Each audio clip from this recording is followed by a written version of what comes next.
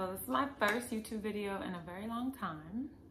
So I don't really know what to say. The topic is how I got pregnant. I feel like I'm talking to myself right now, but I guess I kind of am in a way. So how I got pregnant. You know all those times like you might be late on your period and you Google, can you still be pregnant if your period is a week past due and the tests are negative? And usually when you Google it, it says no, and you're like, okay, good, so it doesn't matter. Well, my period was like 2 weeks late, and I was still getting negative tests, and it turned out I was pregnant, and yeah. Okay, so this is how it happened. I'm gonna tell you the follow-up to this, because it kind of is a perfect storm in a way. I had been saying, okay, I'm going to prepare myself to get pregnant next year. So I wanted to get pregnant in 2022 after our wedding. And I was like, all right, I'm gonna do everything possible to prepare for that. So in the month of February, at the very beginning of February, I started using this Daysy Fertility Tracker just to get more acquainted with whether or not I was ovulating and my temperatures. I started using the method where you don't pull out anymore. I've never been on birth control, and me and my fiance were using the pull-out method. And so we wanted to practice not pulling out, but on days where I wasn't fertile. And then I also went to a chiropractor just for an alignment. Apparently that helps with fertility. I went to get cupping, that helps with fertility. So all these things really helps with fertility. Now, I thought that it would take a while because, you know, that's normal. Usually you do something and it takes a little while to kick in. So we went to Jamaica. We were in Jamaica for only 3 days. We only had sex the first day in Jamaica, TMI, but we did. I was extremely Why are you making those faces?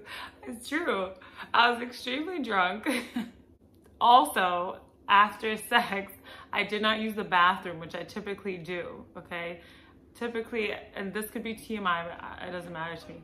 If you're trying to get pregnant, maybe this will work. Don't use the bathroom after you do the do. Now, I didn't think anything of it because my period was due the day we were supposed to leave Jamaica. So we didn't really think anything of it because, you know, our period was due. So we were like, we can have fun right now. My period didn't come the day we were supposed to leave. I was like, all right, it's just a little late. We got back. Now it's like 3 days later, my period still was not here.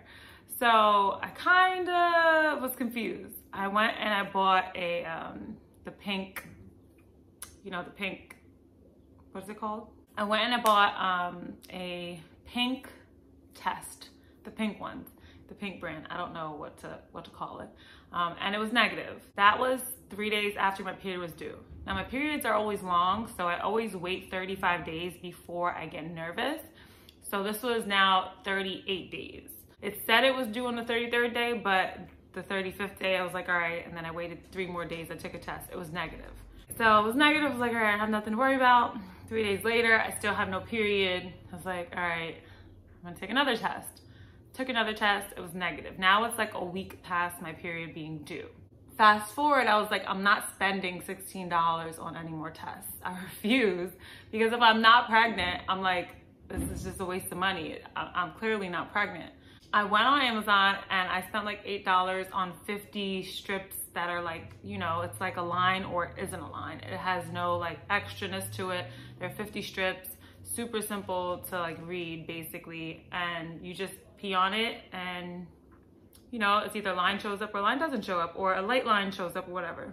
I bought those and was taking a test every day at this point because I'm like, something's wrong with me. I'm not pregnant, my period's not coming. If my period's not here, it means I didn't ovulate and I'm really scared. I hadn't had a period since January 20th. And now it was like March 10th or March 9th and I hadn't got my period yet. So I buy those tests, I took a test, it was blank. I took a test the next day.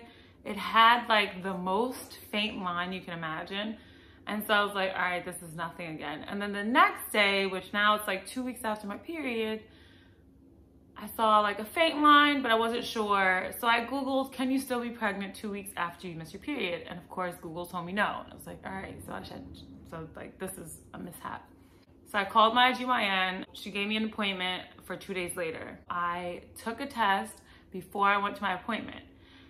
And I realized, oh, I might be pregnant because the test line was darker. But it didn't make any sense because it took so long to not show up that I was confused. Like, wait, did I just get pregnant? How's that possible? I went to the GYN. She took a P test. She said it was really light, so she went to do a blood test. She did the blood test. My HPT levels, which is like the levels that measure, you know, how pregnant you are.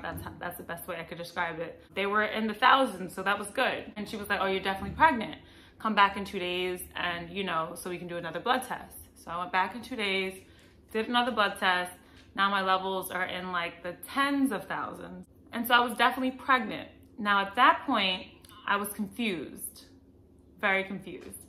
So I needed to know how far along I was. Well, I knew I wanted a midwife. If I was pregnant and this was gonna like really happen, I wanted a midwife. So I searched for midwives. I found a midwife group that I really thought was great, that was recommended to me. And I went and made an appointment with them, which would be your first ultrasound, basically to check if everything's okay and if baby's there and all that. So I made a first appointment, which they usually do from 11 to 12 weeks. I get there for my 11th week. Me and my fiance go into to get the ultrasound. And the ultrasound tech tells us that the baby's actually only 7.5 weeks. So I'm way earlier than I thought I was, which made no sense because my period was due. And I mean, you know, I was confused. I was like, all right, so when did I get pregnant then? And she was like, well, you must have ovulated late. So I went back over to my fertility tracker and I was trying to add everything up and I'm like, all right, so this date. Turns out that you can get pregnant when you ovulate late. And I didn't just ovulate late, okay? Like, I ovulated like when my period was due. So just so happened, the month that I got pregnant, I ovulated while we were in Jamaica when my period was about to come. Instead of my period coming, I had ovulated. I ended up getting pregnant when that one time in band camp in Jamaica. And that was a go. That worked. I guess because, you know, you think your ovulation is when it is, and if it doesn't happen, you don't even think that it can happen later. But, you know, yes, it can happen later. You can ovulate later, and that's exactly what happened to me. I ovulated like 2 weeks later, and I ended up being pregnant. I ended up being earlier than I was. So when I was testing, the reason why it wasn't picking up on the test is because I had just gotten pregnant when I got from Jamaica, basically. So it was still too early for the test to say whether or not I was pregnant. I was testing thinking my period's late and I should be pregnant now, but it was actually just like happening. Go figure. I do want to say the pull-out method works. It has worked faithfully for how long, babe? 5 years. 5 years. It has worked faithfully for 5 years as long as you track your periods on an app and you don't have sex during your peak ovulation week, okay? That is really the main point. This is probably the first time that I have miscalculated my ovulation or it has come late. I don't know if it was because of all the things I was doing that month. I was just doing a bunch of things to try to help, you know, fertilize myself, basically. I don't know if that all made my ovulation later. I have no clue. The even more weird part was that the first day we went to go get our sonogram, my grandmother was in the hospital and we were like, geez, like she was in the hospital and I wasn't sure if she was gonna make it. And I say that because I'm a realist about people passing.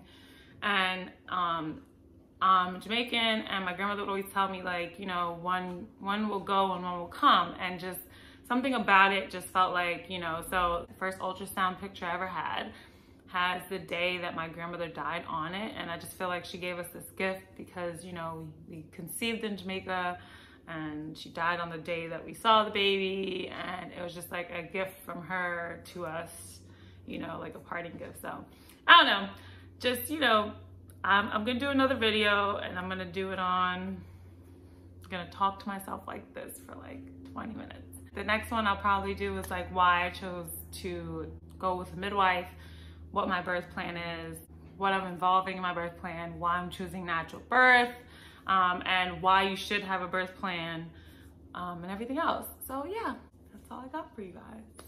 I guess I'm supposed to say subscribe.